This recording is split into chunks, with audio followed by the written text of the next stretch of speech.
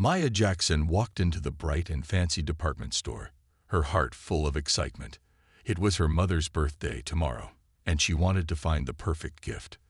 The store smelled of fresh perfume, and soft music played in the background. Shiny glass counters displayed beautiful jewelry, expensive watches, and elegant handbags. Maya didn't have much money, but she had saved up just enough to buy something small but special. She moved slowly, admiring everything around her. A delicate gold necklace caught her eye. It was simple but beautiful, just the kind of thing her mother would love. She smiled, imagining her mom's face when she opened the gift. Maya leaned in closer to check the price tag, but as she did, she noticed something strange. A saleswoman standing behind the counter was watching her. Not just watching, staring, with narrowed eyes, as if she was waiting for Maya to do something wrong. Maya ignored it at first. Maybe the woman was just doing her job, but as she turned to walk toward another section, she felt it again. That heavy, uncomfortable feeling of being watched. A second employee whispered something to the first, and they both frowned in her direction. Maya's stomach tightened, but she took a deep breath and told herself not to worry. She hadn't done anything wrong. Just as she was about to check out the perfume section, a loud, sharp sound rang through the store. The security alarm. Every head turned. A store employee rushed toward Maya, pointing straight at her. She took it. The woman shouted. Maya's heart pounded. She looked around in confusion. Who was she talking about? "Young lady, stop right there," a deep voice commanded. A large security guard appeared in front of her, blocking her way. Maya's mouth went dry.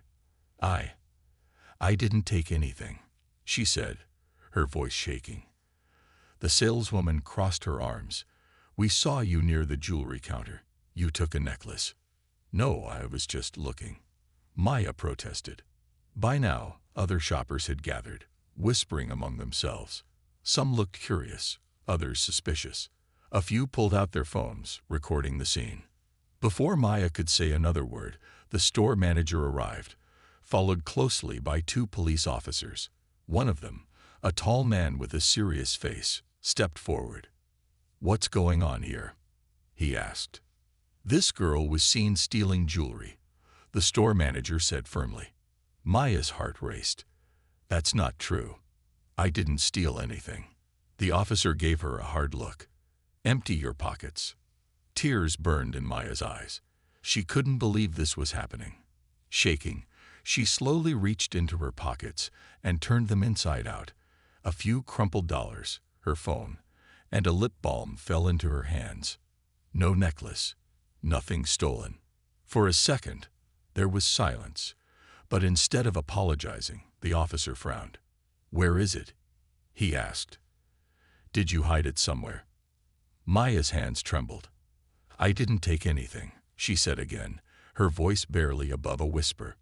But no one seemed to believe her. Maya stood frozen, her hands shaking as she held out her empty pockets. The officer's eyes narrowed as if he still didn't believe her. The store manager crossed his arms, tapping his foot impatiently. The saleswoman, who had accused her, looked smug, as if she was sure Maya had done something wrong. A crowd had started to form around them. Shoppers whispered among themselves, some glancing at Maya with pity, others with doubt. A few people held up their phones, recording the scene. Maya felt small, trapped, and helpless. "I told you, I didn't take anything," Maya said again, her voice breaking. The officer didn't look convinced. "Where's the necklace?" he asked. "Did you drop it somewhere?" Maya shook her head quickly. "I never took it." The security guard, a tall man with a serious face, stepped closer. "Maybe you should come with us and answer some questions." Maya's stomach twisted. "Can I call my grandfather?" she asked. Her grandfather always knew what to do. He was wise, calm, and strong. He would help her. The officer ignored her request. "We just need to figure this out," he said. "If you cooperate, this will be easier." Cooperate? How could she cooperate when she had done nothing wrong? Maya's heart pounded as she glanced around. People were still watching. Some had curious looks, but others seemed to have already made up their minds. She could hear whispers, words like thief, and caught red-handed. Her cheeks burned with humiliation. The store manager sighed. "We saw you near the jewelry counter. You were looking at that necklace right before the alarm went off. If you didn't take it, where is it?" "I don't know," Maya cried. "I was just looking. I didn't even touch it." The manager shook his head. "That's not what my employee said." Maya turned desperately to the crowd. Surely someone had seen what happened. Surely someone would stand up for her. But no one spoke. People just stared, waiting to see what would happen next. The officer took out a small notepad. "What's your full name?" he asked. Maya swallowed hard. She felt like she was in a bad dream, one she couldn't wake up from. Before she could answer, the security guard reached for her backpack. "We need to check your bag," he said. Maya instinctively took a step back. "You can't just." The officer cut her off.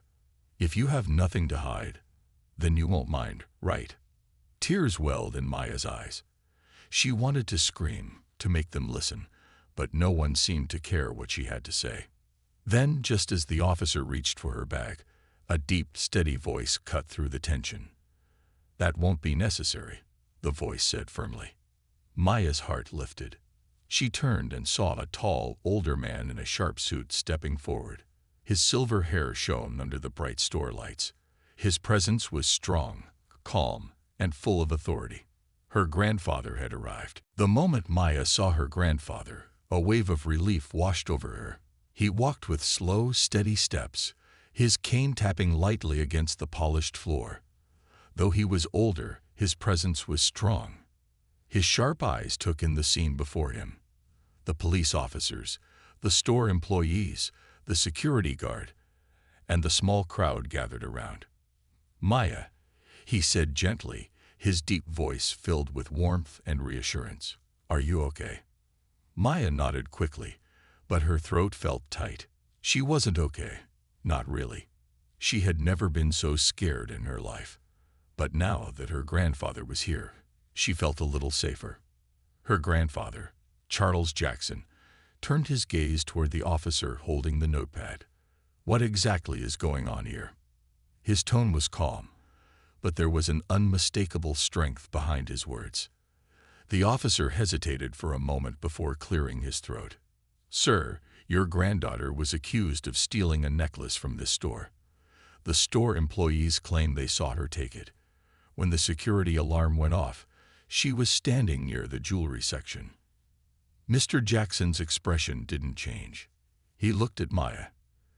"Did you take anything?" Maya shook her head firmly. "No, Grandpa. I didn't take anything. I was just looking." Mr. Jackson nodded, as if that was all he needed to hear. He then turned back to the officer. "Has anyone found any stolen jewelry on her?" The officer shifted uncomfortably. "Well, no, but that doesn't mean." "So there's no actual evidence that she stole anything?" Mr. Jackson asked, his voice steady. The officer hesitated again. "The store manager believes." Mr. Jackson raised a hand slightly, stopping him mid-sentence. "Belief and proof are two different things, officer." His eyes moved to the store manager. "I assume you have security cameras in this store." The store manager, a woman in her 50s with neatly styled hair, cleared her throat. "Yes, we do, but the cameras may not have caught everything. My employees saw her near the jewelry counter just before the alarm sounded. That's enough reason to be suspicious." Mr. Jackson's face remained calm, but his eyes held a quiet fire. "Suspicion is not proof," he said firmly. "You are accusing my granddaughter of a crime without any real evidence, and you have detained her without a guardian present. That is a serious mistake." The officer shifted on his feet. "Sir, we were just trying to." Mr. Jackson cut him off with a sharp look. "You were just trying to assume guilt without facts." He took a step forward, his voice strong and clear. "I want to see the security footage. Right now." The store manager hesitated. The employees looked at each other nervously. The officer glanced at the security guard, as if unsure what to do next. Maya's heart pounded, but for the first time since this nightmare started, she felt a spark of hope. Her grandfather wasn't afraid to stand up for her. He wasn't going to let them treat her unfairly. And now, the truth was about to come out. The store manager hesitated, her fingers nervously tapping against the counter. The employees exchanged uneasy glances, as if they weren't sure what to do next. The officer, who had been so firm just moments ago, suddenly looked less confident. The security guard cleared his throat and shifted his weight from one foot to the other. Maya watched all of this in silence, her heart still racing. She had felt so small and powerless just moments ago, but now, with her grandfather standing beside her, everything felt different. He wasn't yelling. He wasn't angry. But his quiet confidence made everyone pay attention. I asked a simple question. Mr. Jackson said, his voice steady. You have cameras in this store, don't you? The store manager nodded slowly. Yes, we do. Then let's review the footage, Mr. Jackson said. If my granddaughter stole something, it will be on the tape. And if she didn't, he paused, letting his words sink in. The store manager's lips pressed together. She looked at the officers, then at the security guard, and finally nodded. Fine, she said, though her voice lacked the confidence it had earlier. We'll check the footage. She turned and motioned for an employee to follow her into a small room behind the counter. The officers stood still, waiting. The crowd of shoppers, still watching, whispered among themselves. A few had stopped recording, sensing that things were taking a different turn. Maya stood next to her grandfather, feeling his presence like a shield. She didn't say anything, but she could feel the way his hand rested gently on her shoulder, a silent reminder that she wasn't alone. Minutes passed, each one feeling longer than the last. Then the store manager reappeared, her face noticeably paler than before. The employee who had gone in with her looked nervous. Well? Mr. Jackson asked, his voice calm but firm. The store manager hesitated before finally speaking. It appears there was a mistake, she said, her voice quieter now. Maya blinked. A mistake. The store manager cleared her throat and continued. The security footage shows that another customer, an older woman wearing a blue coat, was standing near the jewelry counter at the same time as Maya. She picked up the necklace and slipped it into her purse. Then she walked away just before the alarm went off. Silence filled the store. Maya's breath caught in her throat. She had been telling the truth all along, but no one had believed her. Mr. Jackson took a slow breath, his expression unreadable. So, he said, looking directly at the officers, you accused my granddaughter, questioned her, humiliated her in front of a crowd, and never even thought to check the footage first. The officers didn't say anything at first. Officer Grayson, the one who had spoken the most earlier, cleared his throat and said, we were just following procedure. Mr. Jackson's eyes didn't waver. And what procedure allows you to treat an innocent child like a criminal without proof? The store fell into an awkward silence. The officers looked at each other. The store employees avoided eye contact, and the security guard shifted uncomfortably. The truth was out. Maya had never stolen anything. Yet, they had all treated her like she was guilty from the start. Maya stood still, her hands clenched into fists at her sides. She should have felt relieved, but instead, a lump formed in her throat. They had embarrassed her, made her feel scared and helpless. And all along, she had done nothing wrong. Mr. Jackson, however, remained calm. He didn't raise his voice, but his words carried weight. He looked directly at the officers. You owe my granddaughter an apology. Officer Grayson cleared his throat, his face unreadable. Sir, we were just doing our job. There was suspicion, and we had to investigate. Mr. Jackson nodded, his expression sharp. And did you investigate fairly? Did you ask for proof before assuming guilt? Or did you see a young girl, standing alone, and decide that was enough? The officer didn't reply. The other officer shifted awkwardly but said nothing. Mr. Jackson turned to the store manager. "And you," he said, his voice firm but steady. "Your employees accused my granddaughter in front of a crowd without any proof. You've allowed the police to be called. You let her be humiliated. And now that you know the truth, all you can say is that there was a mistake." The store manager looked flustered. She straightened her blazer and said, "We sincerely apologize for any misunderstanding. It was never our intention to cause harm." Mr. Jackson's lips pressed into a thin line. "A misunderstanding," he repeated. "That's what you're calling this?" Maya watched as the store employees stood silently, guilt visible on their faces. She wondered if they realized how terrible they had made her feel. Mr. Jackson took a step forward. "Listen carefully," he said. "Maya is a child, a kind, respectful, and bright young girl. And today, she was treated like a criminal, without reason, without evidence. That is unacceptable." The store manager swallowed hard. We truly regret what happened." Mr. Jackson nodded slightly, but his expression didn't soften. "Regret does not erase what my granddaughter went through today." He then turned back to the officers. "And as for you, I expect this incident to be documented properly. I will be following up." Officer Grayson gave a small nod. "Understood, sir." Maya stood quietly, still absorbing everything. It felt strange. Just minutes ago, she had been terrified, surrounded by people who didn't believe her. But now, with her grandfather by her side, the situation had completely changed. As the officers and store employees awkwardly tried to move on, Mr. Jackson placed a gentle hand on Maya's shoulder. "Let's go," he said softly. "We're done here." Maya took a deep breath, lifted her head, and walked out of the store, this time with confidence. Maya walked out of the store beside her grandfather, her footsteps steady, but her mind still racing.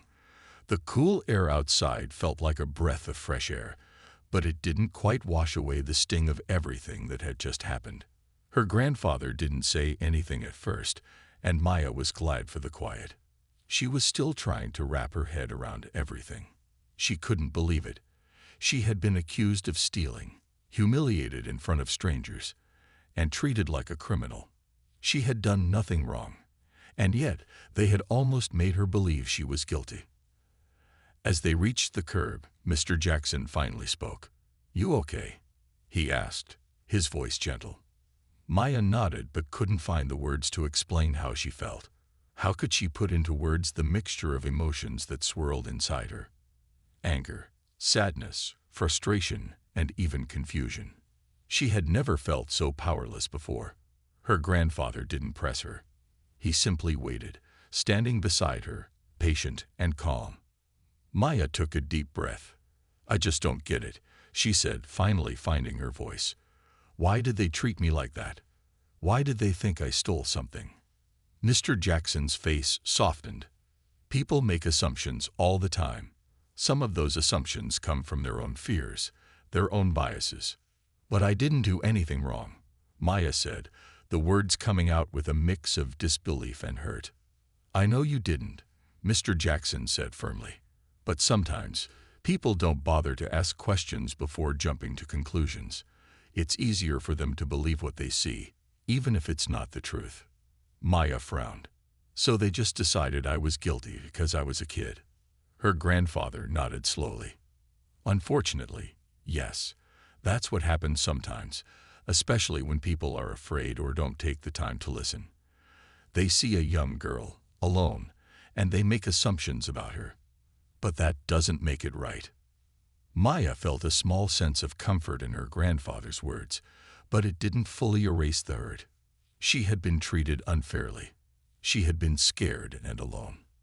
And what made it worse was that no one had listened to her. They continued walking down the sidewalk, and the world around them seemed to have returned to normal. People going about their day, cars honking as they passed by. But for Maya, it felt like everything had changed. "I just don't understand why they didn't check the footage sooner," Maya said, frustration creeping into her voice again. "They didn't even give me a chance to explain. They just assumed I was the thief. Her grandfather sighed, a soft, knowing sound. That's the part that bothers me too. They jumped to conclusions without even considering that they might be wrong. Maya paused for a moment, taking in what he had said. But why didn't they believe me? Why didn't they listen to me when I told them I didn't take anything? Mr. Jackson gave her a thoughtful look. Because, Maya, sometimes people hear what they want to hear. They don't always hear the truth. And sometimes it takes someone else, someone who isn't afraid to stand up for what's right, to show them the truth. Maya nodded, a new understanding dawning in her mind. Her grandfather had stood up for her when no one else did. He had made sure the truth came out, even when the world around her seemed to be against her. "Thank you, Grandpa," she said quietly. "I don't know what I would have done without you." Mr. Jackson smiled warmly, his eyes full of wisdom. "You would have done just fine, Maya. You're stronger than you think." They continued walking, the weight of the day starting to feel a little lighter. Maya didn't have all the answers, but she had learned something important about standing up for herself, about the power of the truth, and about the importance of having someone who believed in her when no one else did. And for the first time that day, she smiled. Maya and her grandfather made their way down the street, the sound of their footsteps blending with the distant hum of the city. The bright sunlight was beginning to fade, casting a warm golden glow over the sidewalks. For a moment, everything felt normal again. But Maya's mind still kept replaying the events from earlier, how everyone had treated her like a criminal, how scared she had been. She couldn't shake the feeling of unfairness, even though the truth had come out. Her grandfather seemed to sense her thoughts. He turned to her with a kind smile. "Do you want to talk about what happened at the store?" Maya hesitated. "I don't know if I can," she said softly. It still doesn't make sense. I don't understand why they treated me like that. I didn't do anything wrong." Mr. Jackson nodded, his expression thoughtful. "I know it's hard to understand, Maya. When people are afraid or confused, they don't always make the right choices. They see something that seems wrong to them, and they jump to conclusions." Maya frowned. "But I was telling the truth. I didn't do anything. I wasn't even near the necklace." Her grandfather's eyes softened. "And you did the right thing by standing up for yourself. You didn't let their mistakes define you. That takes courage, Maya. Not everyone has that strength." Maya thought about it for a moment. Standing up for herself hadn't been easy. It had been scary, especially when everyone seemed so sure she was guilty. But her grandfather had believed in her, and his calm confidence had helped her find the strength to stand tall. "But what if they hadn't found the footage?" Maya asked quietly. "What if I hadn't had you there to help?" Mr. Jackson gave her a reassuring smile. "You would have found a way. You've got a strong heart, Maya. And sometimes, that's enough to make the truth come out." Maya felt a little better, but the frustration still lingered in her chest. "I just don't think it's fair. People make mistakes, but it's not like they can just take back what happened. I felt so small, Grandpa. Like no one cared about what I was saying." Her grandfather stopped walking for a moment, and Maya followed his lead. He placed his hands on her shoulders and looked her in the eyes. "Maya, sometimes the world isn't fair. People make mistakes, and sometimes we pay the price for those mistakes. But that doesn't mean we have to let them change who we are." Maya bit her lip, trying to hold back the tears that were threatening to fall. "But it still hurts. It's not right." "I know it hurts," Mr. Jackson said softly. "But you have to remember that this doesn't define you. How you respond to this, how you carry yourself moving forward, that's what matters. You don't have to let anyone else's mistakes take away your peace." Maya looked up at her grandfather, his eyes full of wisdom. She could see the years of experience in them, the lessons he had learned, and the strength he had gained through his own struggles. Maya wanted to hold on to that strength. She wanted to be like him, calm, confident, and steady, no matter what challenges came her way. They resumed walking, and for the first time that day, Maya felt a sense of peace settle over her. It wasn't that everything was perfect now. It wasn't. But she understood something important. She had the power to rise above the unfairness, to keep moving forward even when things didn't go as planned. "Thanks, Grandpa," she said softly, her voice full of gratitude. "I'm glad you were here today. I don't know if I could have done it without you." Mr. Jackson smiled, his eyes twinkling. "You would have done just fine, Maya. You've got everything you need inside you." They continued walking together, the evening air cool and calming. Maya still didn't have all the answers, and there were still parts of the day that hurt. But with her grandfather by her side, she felt like she could face anything that came her way. And that made all the difference.